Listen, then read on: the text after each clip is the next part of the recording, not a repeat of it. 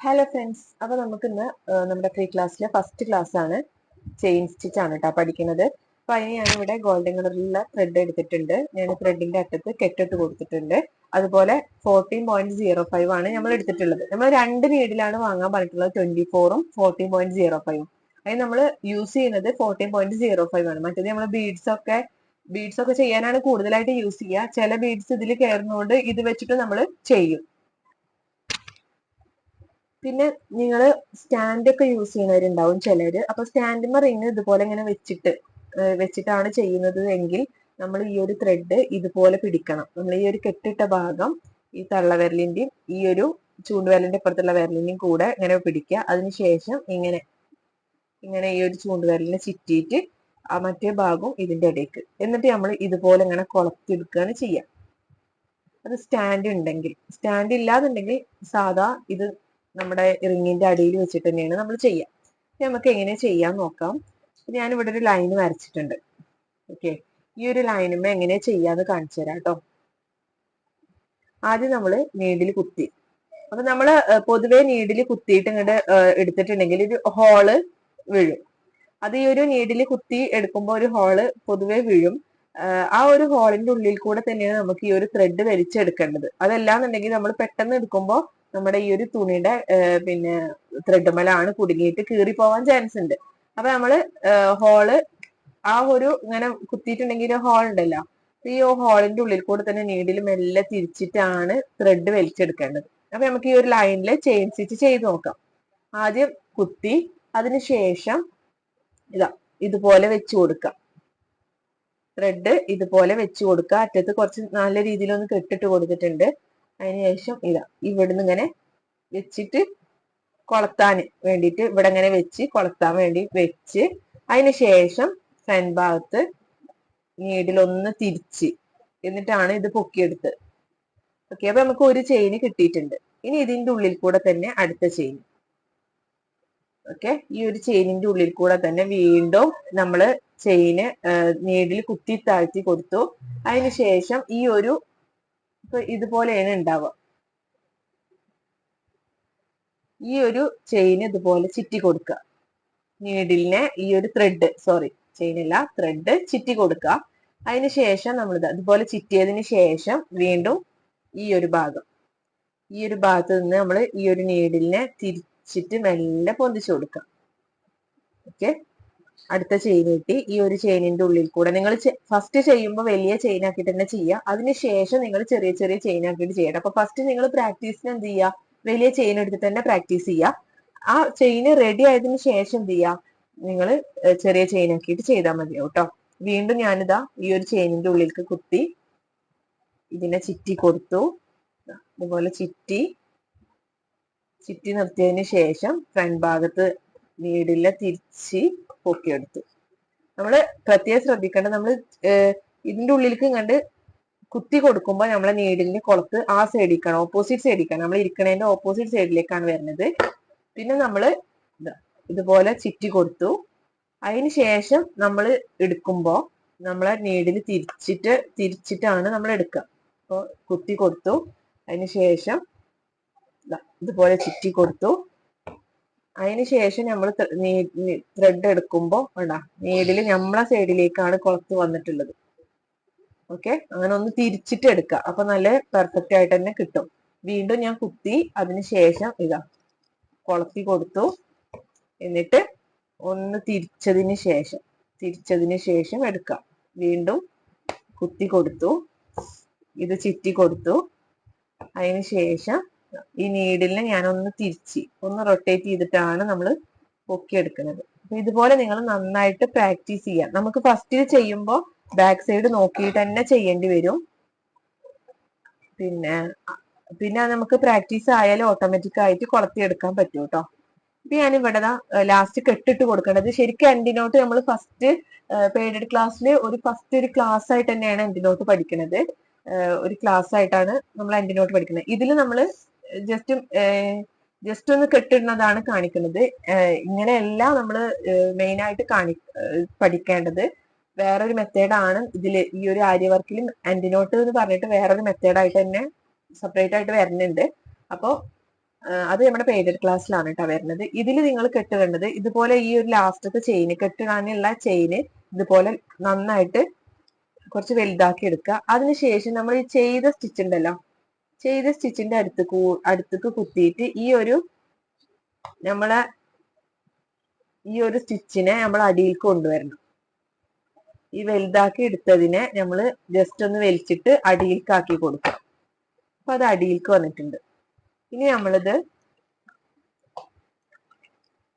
കത്രിക വെച്ചിട്ട് ജസ്റ്റ് ഇതിന്റെ സെന്റർ ഒന്ന് കട്ട് ചെയ്ത് കൊടുക്കുക. ഓക്കെ, എന്നിട്ട് ഇത് രണ്ടും കൂടിയിട്ട് കെട്ടിട്ട് കൊടുക്കുകയാണ് ചെയ്യുന്നത്.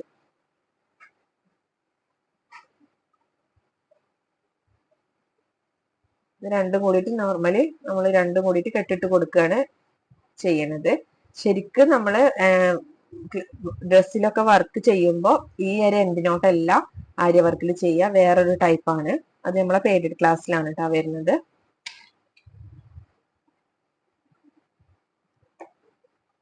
എന്നിട്ട് വേണം ഈ ഒരു ഫസ്റ്റ് തന്നെ ഈ ഒരു ത്രെഡ്, ഇവിടെ നിൽക്കുന്ന ത്രെഡും കട്ട് ചെയ്ത് കളയരുത്. ഈ ഒരു 3 ത്രെഡും അതിനുശേഷം നമ്മൾ കെട്ടിട്ടതിന് ശേഷം മാത്രമേ കട്ട് ചെയ്ത് കളയാൻ പാടുള്ളൂ കേട്ടോ. ആദ്യം തന്നെ കട്ട് ചെയ്ത് കളയരുത്, അപ്പൊ അത് ലൂസായി പോവാൻ ചാൻസ് ഉണ്ട്.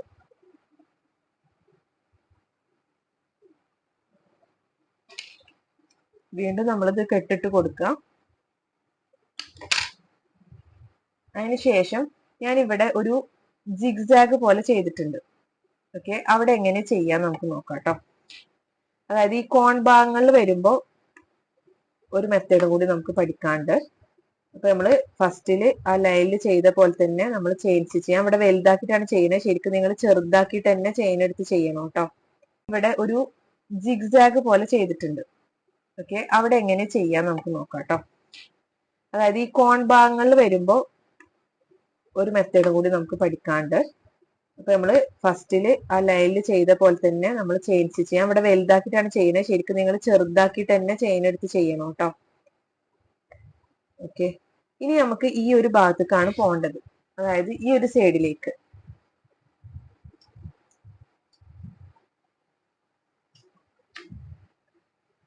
ഓക്കെ, ഈ ഒരു സൈഡിലേക്കാണ് നമുക്ക് പോകേണ്ടത്. അതിപ്പോ ഞാൻ നേരിട്ടിട്ട് ഈ സൈഡിലേക്ക് ചെയിൻ എടുക്കുമ്പോൾ നമ്മുടെ ഈ ഒരു ചെയിൻ ലൂസായിട്ട് നിൽക്കുന്നത് നിങ്ങൾക്ക് കാണാൻ പറ്റും.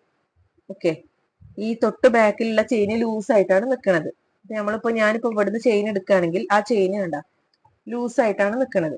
അപ്പൊ അങ്ങനെ വരാൻ പാടില്ല, നമുക്ക് ഇവിടെ കോണായിട്ട് തന്നെ വരണം. അപ്പൊ നമ്മളത് അടിയിൽ നിന്ന് ത്രെഡ് വലിച്ചിട്ട് അയച്ചെടുക്കുക.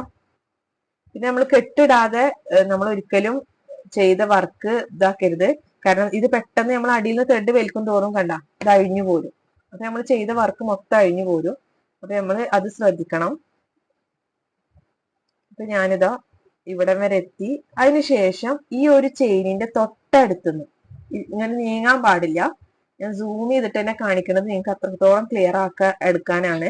ഈ ഒരു ചെയിന് നമ്മൾ ഇവിടെയാണ് എടുത്തിട്ടുള്ളത്. അതിന്റെ തൊട്ടടുത്തുനിന്ന് തന്നെ ഒരു ചെയിനും കൂടി എടുക്കുക. എന്നിട്ട് ഇങ്ങോട്ട് വലിച്ചാൽ അവിടെ ഒരു കുഞ്ഞ ലോക്ക് വീഴും. ഇനി നമ്മൾ ഈ ഒരു സൈഡിലേക്ക് പോകുമ്പോൾ ഇപ്പുറത്തെ സൈഡിലേക്ക് പോകുമ്പോൾ അവിടെ കോണായിട്ട് കിട്ടും.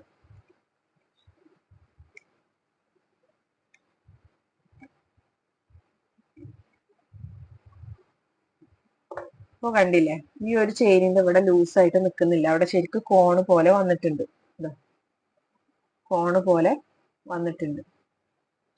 ഇനി ഇപ്പുറത്തേക്ക് പോണം. ഇപ്പൊ ഈ പറഞ്ഞതുപോലെ നമ്മൾ നേരിട്ടിട്ട്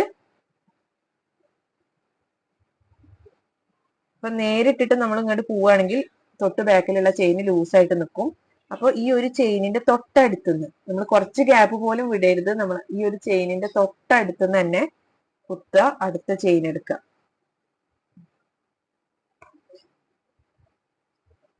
അടുത്ത ചെയിൻ എടുത്തിട്ട് ഒന്ന് വലിച്ചു കൊടുക്കുക. ത്രെഡ് ഒന്ന് ഈ ഒരു നീഡിൽ ഒന്ന് വലിച്ച് അവിടെ ടൈറ്റ് ആക്കി കൊടുക്കുക. അപ്പൊ അവിടെ കുഞ്ഞൊരു ലോക്ക് വീഴും. അതിനുശേഷം നമുക്ക് ഇപ്പുറത്തെ സൈഡിലേക്ക് പോവാം.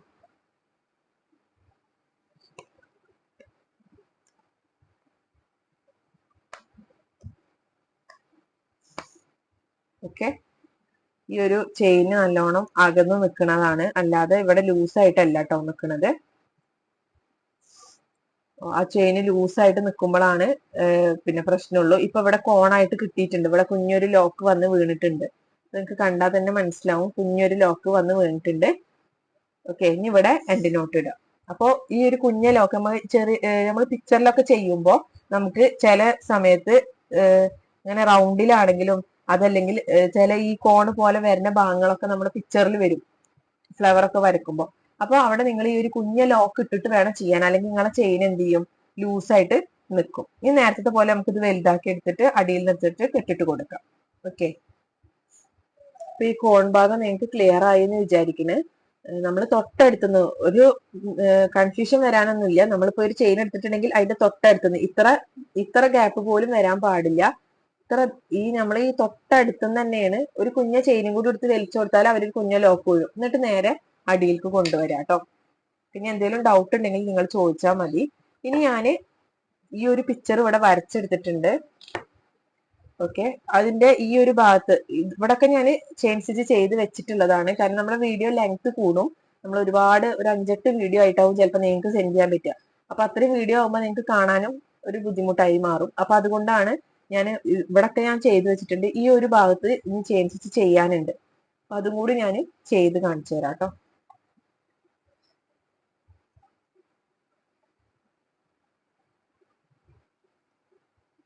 നിങ്ങൾ അപ്പൊ പിന്നെ ചെയ്യുമ്പോ പിക്ചറിലൊക്കെ ചെയ്യുമ്പോ ചെറിയ ചെറിയ ചെയിൻ ആക്കിയിട്ട് ചെയ്യാട്ടോ. പിക്ചറിൽ ചെയ്യുമ്പോ ചെറിയ ചെറിയ ചെയിൻ ആക്കിയിട്ട് തന്നെ ചെയ്യാൻ ശ്രദ്ധിക്കുക.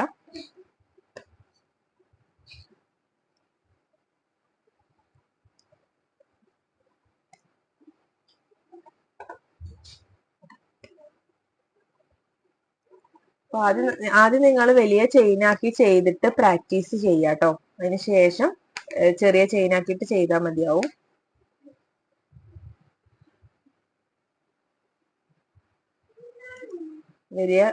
വലിയ ചെയിൻ എടുത്തിട്ട് തന്നെ പ്രാക്ടീസ് ചെയ്യുക.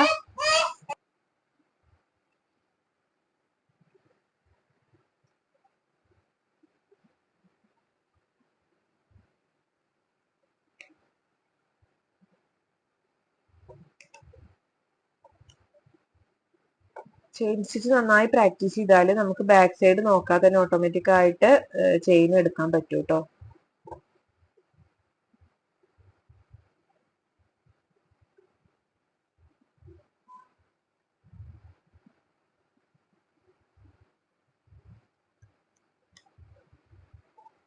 ഓക്കെ, ഞാനിവിടെ ഫുള്ളായിട്ട് ചെയ്തെടുത്തിട്ടുണ്ട്.